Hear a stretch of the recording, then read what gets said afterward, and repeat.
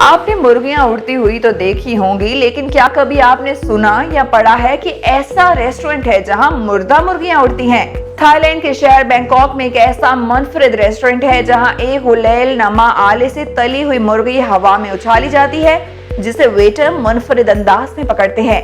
आपको इस रेस्टोरेंट में मौजूद वेटर्स मखसूस टोपियां पहने एक पहिए की साइकिल पर सवार दिखाई देंगे। इनकी टोपियों में लगी हुई सुलाख पर ये हवा में उड़ती हुई मुर्गियां परो लेते हैं।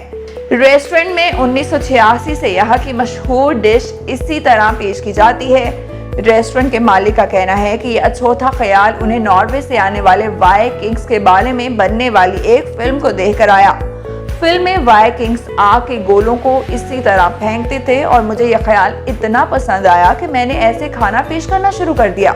यहाँ काम करने वाले एक वेटर का कहना है कि मैं इस रेस्टोरेंट में उड़ती हुई मुर्गियां 10 साल से पकड़ रहा हूँ और अब मैं चौथी नस्ल को ये काम सिखा रहा हूँ। वेटर का कहना था कि उनकी वालिदा भी इस रेस्टोरेंट में काम करती हैं। यहाँ आने वाला खाना पेश करने के इस अंदाज से इतना पुरजोश हो जाते हैं कि वो खुद भी ऐसा करने की कोशिश करते हैं।